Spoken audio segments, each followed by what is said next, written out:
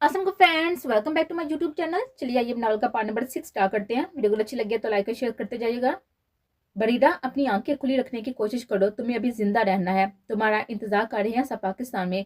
बरीडा को नई जैकेट पहनाकर बेहराम इसी तरह उसे अपने अपार्टमेंट लेकर आया था कि किसी को शक ना हो। पर एक ब्लैक सूट बूट पहने हुए घर को उनका पीछा करते देख लिया था उसने, और वो बरीडा को जल्दी से अपार्टमेंट में छोड़कर बिल्डिंग से बाहर आ गया था डॉक्टर को लाने के लिए। पर उसकी नजर इस घर पर थी जो एक पिलर के पीछे छुपकर काल मिलाना शुरू हो गया था। बलाय सर, और पीछे से उसके सर पर वार किया था बेहराम ने। बिलाज हमदानी इतनी जल्दी नहीं पहुंचने दूंगा किसी को भी उसके पास। बेहराम ने उसे बेहोश कार को घसीटते हुए कमरे में बंद कर दिया था और फिर से बाहर भागा था कि उसका मोबाइल बजना शुरू हो गया था। पश्मीना, पश्मीना। दूसरी तरफ से आवाज सुनकर वह हैरान हुआ था। आप कौन? इस नंबर पर तो ब्रिडा ने बात की थी। दूसरी तरफ खामोशी छा गई थी बेहराम की बात सुनकर। कहाँ हो तुम लोग? ब्रिडा को ट्रीटमेंट की जरूरत है, मेरे साथ डॉक्टर है, मुझे भी एड्रेस दो। बेहराम अब चुप हुआ था। उसे समझ नहीं आ रही थी कि वो कैसे यकीन का ले। मैं कैसे यकीन का लो? प्रीरा की सेफ्टी मेरी पहली जिम्मेदारी है, उसकी जिंदगी से भी ज्यादा। मुझे एड्रेस बता दो प्लीज। और उसकी आवाज में दर्द महसूस करते हुए उसे एड्रेस बता दिया था। मैं बस पहुंच रहा हूँ, तुम उसके पास रहो और बाहर मत निकलना। बिलाज हमदानी के लोग पागल कुत्तों की तरह हर जगह खोज रहे हैं, उसने कहकर फोन बंद किया तो बेराम भी वापस अपार्टमेंट में चला गया था। बस बरीरा डॉक्टर आते ही होंगे। बेराम ने उसे सही तरह से बेड पर लटाकर उसका मास्क और उसकी जैकेट उतार दी थी। कंधे पर लगी गोली से खून पानी की तरह बह रहा था। उस जगह से शर का वो कपड़ा फाड़ दिया था और पानी वाला कपड़ा लेकर खून साफ करना शुरू किया था। वो ठंडा कपड़ा जैसे उसके जहन पर लगा था, उसकी याद से बेराम के हाथ रुक गए थे। I am so sorry Bareera, I am so sorry. वो बार बार ये कहते हुए जहम साफ कर रहा था, हालांकि उसकी कोई गलती थी भी नहीं।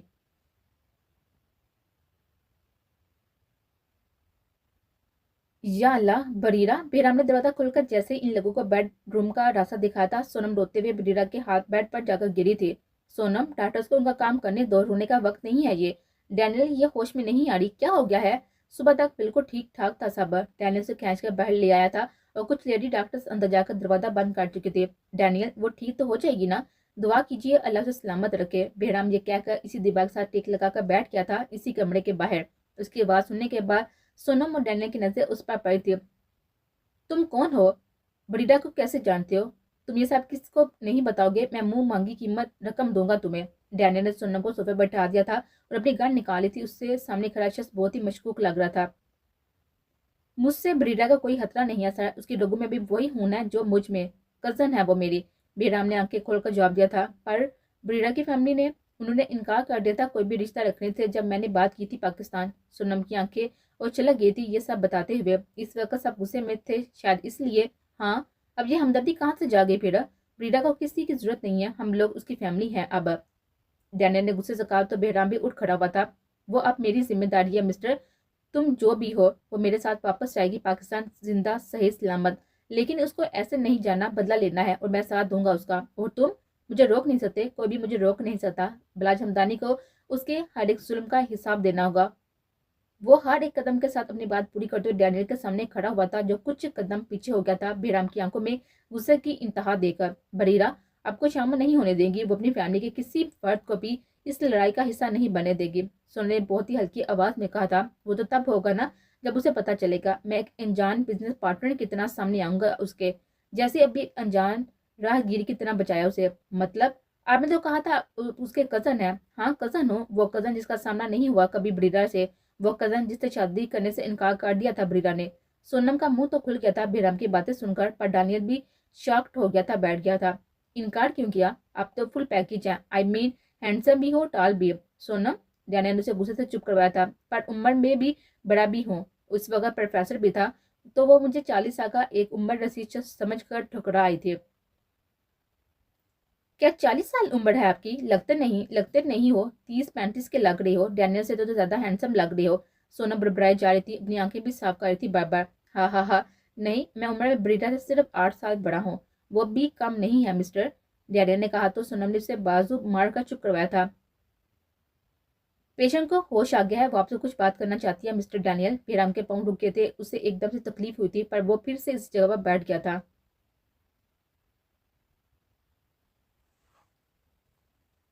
बरीडा शाह, मुझे हर हाल में चाहिए। यू बास्टर्ड, एक लड़की को फॉलो नहीं कर सके तुम। उसने अपने गार्ड्स ही को मारना शुरू कर दिया था, वो पागल हो रहा था। आज वो अपनी गन का बहुत इस्तेमाल कर चुका था। आज वो इस एक इंसान पर गोली चला जिसे थक गया था। वो अपने इसी हाथ का इस्तेमाल कर रहा था जिससे उसने ब्रीडा पर गोली चलाई थी। वो ब्रीडा ही है, वो जिंदा है। वो कहते कहते रुक गया था जब उसके सब गार्ड उसे अजीब नजरों से देख रहे थे।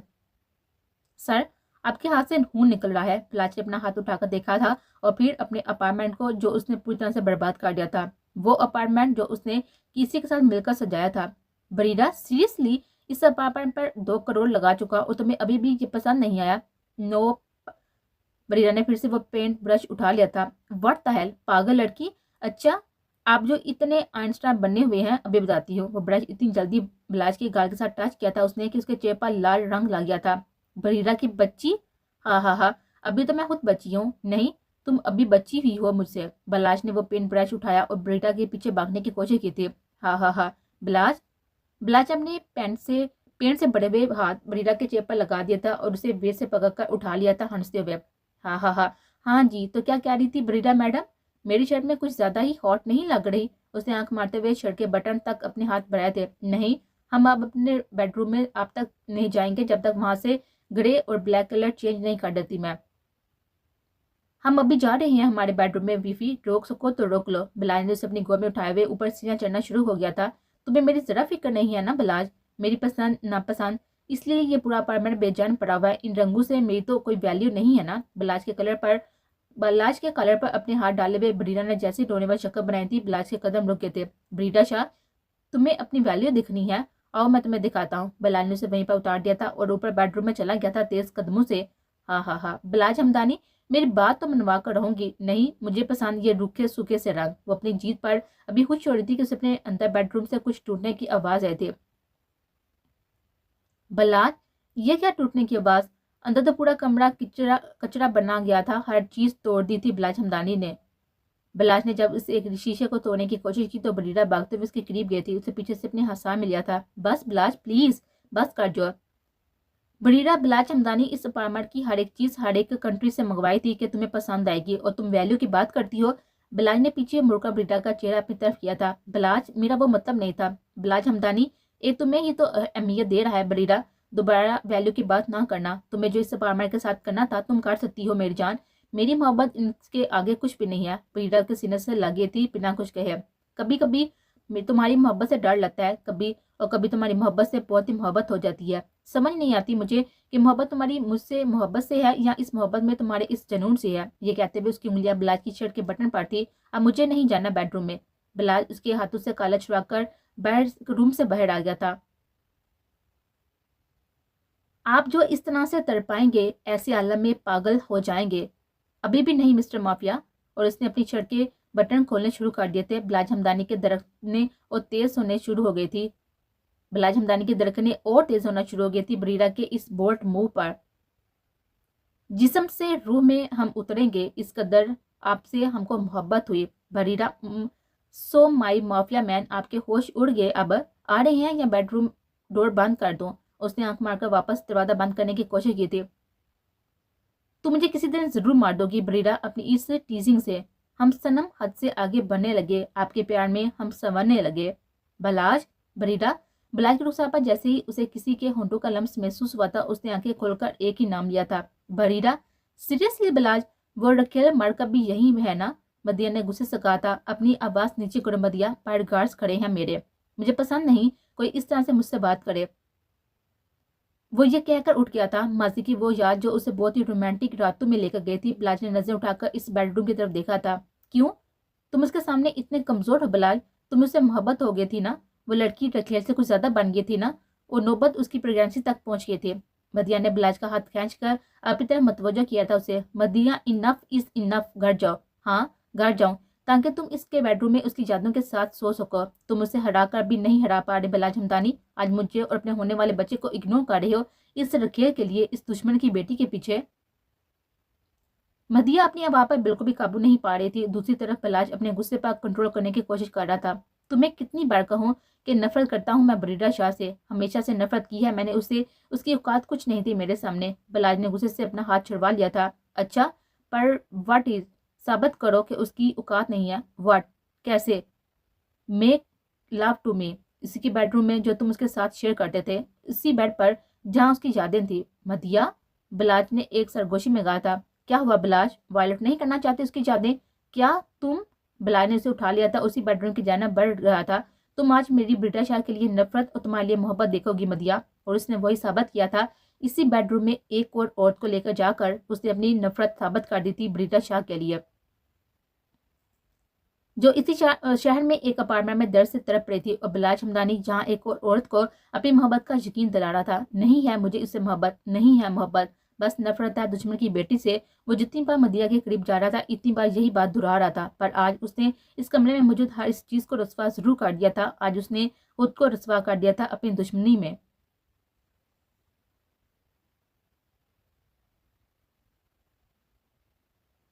डैनियल, विक्की को फोन कर दो। उसे कहो कि वो तस्वीरें अब अपने इंस्टाग्राम पर प्रोफाइल पर अपलोड कर दें। ब्रीडा ने अपना मास्क, ऑक्सीजन मास्क उतार दिया था। ब्रीडा, मास्क ना उतारो पागल लड़की। सोनम ने फिर से मास्क लगा दिया था। वो झुक गई थी ब्रीडा के पास। उसके कंधे पर सर रखकर वो रोना शुरू हो गई थी। ब्रीडा, वो ये सब कैसे हुआ? किसने? क्या नाम बताओ।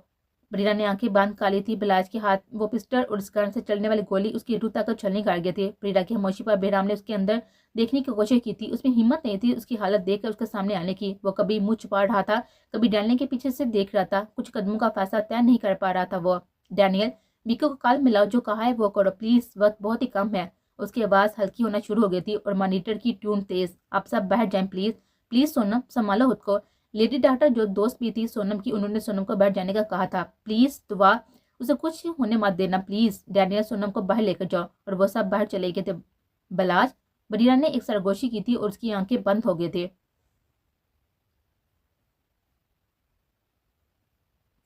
बलाज, बरीरा, वो उठ गया था। माथे से पसीना साफ करके उठने की कोशिश की थी पर उठ नहीं पा रहा था। जब चेहरा दूसरी तरफ किया तो मदिया पर उसकी नजर पड़ी और फिर उस कमरे पर। बेवफा, उसे यह लफ्ज सुनाई देना शुरू हो गया था जैसे इस कमरे की हर चीज उसकी बेवफाई की गवाही दे रही हो। बेवफा, बरीरा, बिलाज कमरे के हर कोने में हमारी मोहब्बत की सरगोशियां हैं, हमारी यादें। जब कभी मैं बाबा साईं के घर रहने जाया करूंगी तो यह कमरा तुम्हें मेरी कमी महसूस नहीं होने देगा। बिलाज अपने कपड़े पहनकर खड़ा हो गया था। बलाज, इतनी सुबह कहाँ जा रही हो? मदन ने उसका हाथ पकड़ लिया था। बेवफा, उसके दिमाग में ये एक ही लफ्ज सुनाई दे रहा था उसे। कपड़े पहनो, हम घर जा रहे हैं, मेहताब से कुछ जरूरी बात करनी है मुझे। पर बिलाज, मैंने कहा ना ये कपड़े पहनो। उसके बाद में शदीद गुस्सा था कि मदिया जल्दी से उठ गई थी। बिलाज को आज इस कमरे में एक पल और रहने से घुटन महसूस होना शुरू हो गई थी और वो वहां से बाहर चला गया था। पानी, बरीरा ने मांस उतारकर उठने की कोशिश की थी। कमरे में एक डिम लाइट ही ऑन थी। हर तरफ अंधेरा सा छाया था। बेड पर पानी के टेबल पर पानी के गिलास तक हाथ बढ़ाते हुए उसका हाथ फिसल गया था और वो अपने बेड से नीचे गिरती किसी ने उसे पीछे से सहारा दिया था। बरीरा का छाप किया था इस सहारे देने वाले के कंधे पर। मैं देता हूँ। बहिराम ने उसे आस्ते से लटा दिया था और पानी का गिलास उसके मुंह तक लेकर गया था, जिसकी आंखें खुल रही थी, बंद हो रही थी। आप कौन? बिलाज के हाथ रुके थे। बिडर ने उसके हाथ पर अपना हाथ रखकर वो पानी का गिलास अपने होंठों को लगाया था। 2 घूंट पीने के बाद वो फिर से गिर गई थी बेड पर। मैं जानती हूँ आपको। नहीं। बहराम भी वहीं पास बैठ गया था। उसकी नजरें नहीं हट पा रही थी ब्रीडा के मासूम से चेहरे से। आपकी आवाज सुनी हुई लग रही है। मैं पहली बार मिला हूँ तुमसे पश्मीना। तुम्हें इस सड़क पर जमी देखा तो अपने साथ यहीं पर ले आया। बाहर तुम्हारे दोस्त हैं, मैं चलता हूँ। वो उठकर जाने लगा था। उससे अब और नहीं देखा जा रहा था ब्रीडा को दर्द में कराते हुए। स्टे, मुझे कुछ होने नहीं देना, मैंने अभी बहुत कुछ करना है। वह बड़बड़ाते हुए फिर से सो गई थी। बेराम का हाथ मजबूत गिरफ्त में पकड़े। वह रीडा, उसकी आंख से एक आंसू निकल कर बिरा और उसके बांधे हुए हाथ पर जा गिरा था। वो बेराम शाह था, वो कमजोर नहीं था। फिर क्यों ये लड़की उसे कमजोर कर रही थी, जो पाकिस्तान में सबके सामने उसे ठकरा कर रही थी? क्यों उसे दर्द हो रहा था ब्रीडा के दर्द से?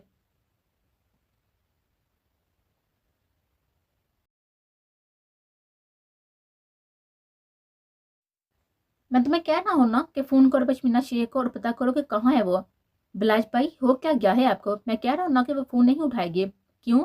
डम कर दिया उसने इतनी जल्दी? बिलाज अंदर ही अंदर खुश भी हो रहा था और परेशानी से पागल भी हो रहा था। उसे कोई खबर नहीं थी 24 घंटे होने को थे। अगर कर भी दिया तो आपको क्या बिलाज भाई? खुश हो जाएं आप लोग। ताजी, आप, डैड, रेबेल सब जश्न मनाए क्योंकि पश्मीना ने मेरे मुंह पर मार दिया ये अंगूठी। मेहताब जितने गुस्से से उठा था उसकी कुर्सी नीचे गिर गई थी। लिविंग रूम का माहौल एक बार फिर से खराब हुआ था। मेहताब बेटा, आराम से बात करो। आपको किसी ने कहा है कि दरमियान में बोलने का? घर के मर्द बात कर रहे हैं। बिलाज ने इंतहाई बदतमीजी से अपनी माँ को चुप करवा दिया था। अच्छा, उसका ड्रेस दो मुझे, मैं पूछ कर रहा हूँ कि ये तमाशा क्या लगा रखा है। फोन नंबर दो। नहीं है वो घर में। बंद है, लॉक है उसका अपार्टमेंट। वो अपने कज़न अपनी फैमिली के साथ पैरिस चली गई है कुछ दिन के लिए। और बिलाज हंसना शुरू हो गया था। अच्छा झूठ बोल लेती है वो, उसे मैंने कल देखा था उसके किसी यही न्यूयॉर्क। तुम बकते हो कि वो यहाँ पर नहीं है। मेहताब ने गुस्से से अपना मोबाइल निकाला था और उसे वो तस्वीरें और टाइम दिखाया था। वो पश्मीना शे है भैया, वो अपनी बेइज्जती नहीं भूलेगी जब तक आप लोग माफ़ी नहीं मांगेंगे, और वो वापस भी नहीं आएंगे। पर मैं तो मर जाऊंगा ना उसके बगैर। प्लीज़ मुझे वो चाहिए, प्लीज़ बिलाज भाई, वरना मैं कुछ कर गुजरूंगा। वो ये कहकर अपने रूम की तरफ भागा था। मेहताब, मेहताब। बाकी घर वाले भी उसके पीछे भागे थे, मसवाए बिलाज के कि उसके हाथ में अभी भी वो मोबाइल था। पश्मीना की तस्वीर वो बहुत ही गौर से देख रहा था। बहुत बड़ी गेम खेल रही हो तुम बरीरा शाह, इस बार भी शिकस्त तुम्हें होगी, याद रखना। बिलाज हमदानी ने कभी हारना नहीं सीखा, पर उसे क्या मालूम था कि उसके हारने के दिन तो कब से शुरू हो गए थे। वो गोली उसने दुश्मन की बेटी पर नहीं, अपनी बीवी पर चलाई थी, और आने वाले वक्त में वह खुद रोएगा अपने हर जुल्म पर।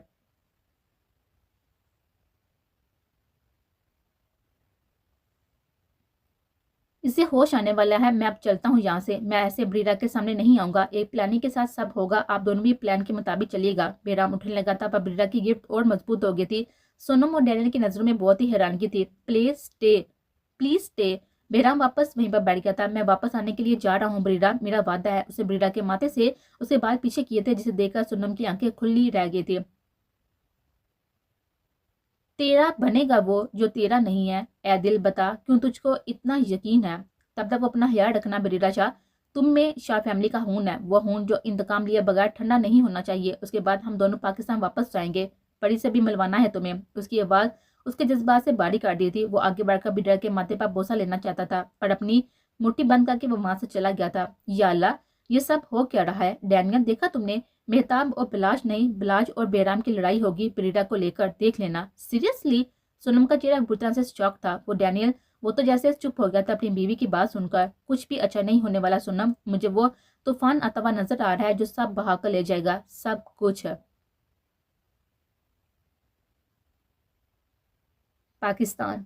बेहराम का फोन आया था भाभी, अभी तक अरसा का कुछ भी पता नहीं चला, पर जल्दी ही पता चल जाएगा, आप फिक्र नहीं करें। दादो, मुझे भी बाबा के पास जाना था, पर ये अपनी गुड़िया उठाए हुए कबीर साहब की गोद में आकर बैठ गई थी। आलिम मेरी बेटी, आपके बाबा जल्दी जल्दी आ जाएंगे आपके पास, हम सब है ना? क्या सच में बाबा मेरे लिए नई मामा लेकर आएंगे? कबीर साहब के चेहरे की हंसी तो उड़ी थी, बाकी सभी खामोश हो गए थे। आपको किसने कहा बेटा? बाबा तो एक जरूरी काम के लिए गए हैं, पर थोड़ी देर पहले बाबा ने फोन पर कहा था कि नई मम्मा साथ लेकर आएंगे। कबीर साहब जो चाय का घूंट लगा चुके थे, उनके मुंह से बाहर आ गई थी खांसी करते हुए।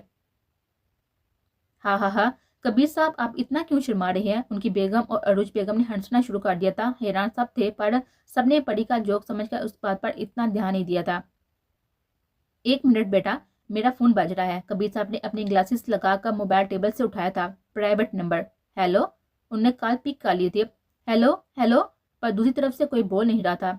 हेलो कबीर, मैं वजी शाह, वजी भाई। हेलो हेलो कबीर, मुझे तुम्हारी मदद। हेलो। और दूसरी तरफ से लाइन डेड हो गई थी। कबीर साहब उठ खड़े हुए थे और फोन पर चलाना शुरू हो गए थे। हेलो हेलो, कबीर भाई साहब, वजी। हाँ भाई। वजी भाई की आवाज थी, जैसे वो किसी जल्दी में थे, मदद का कह रहे थे। या अल्लाह, मेरा दिल कहता था कि वो जिंदा है भाभी, किसी ने उनको कैद किया हुआ है। मैं अभी बेराम को फोन करता हूँ, मैं खुद न्यूयॉर्क जाऊंगा।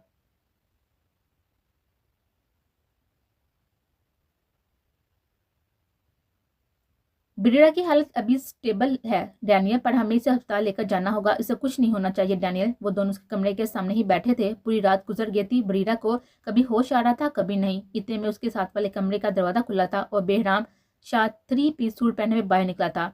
वो और डैनियल दोनों के मुंह खुले के खुले रह गए थे। मुझे अगर पता होता ब्रीरा का कजन इतना डैशिंग, इतना खूबसूरत है, तो मैंने 5 साल पहले ही पाकिस्तान भाग जाना था उसे शादी करने के लिए।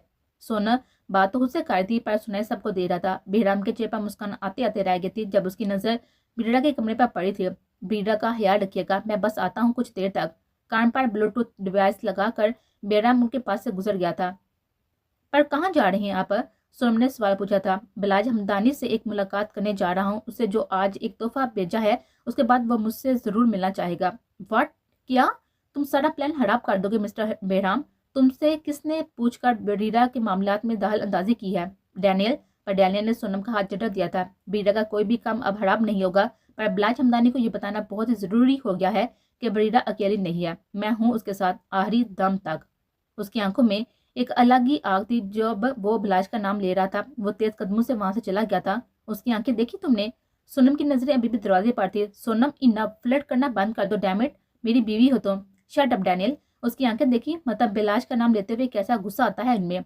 ठीक ऐसा ही गुस्सा ब्रीडा की आंखों में देखा था मैंने। मुझे नहीं समझ आ रही कुछ भी। यह कोई ना कोई काम खराब करेगा। मैं किसी को पीछे भेजता हूँ जो उस पर नजर रखे।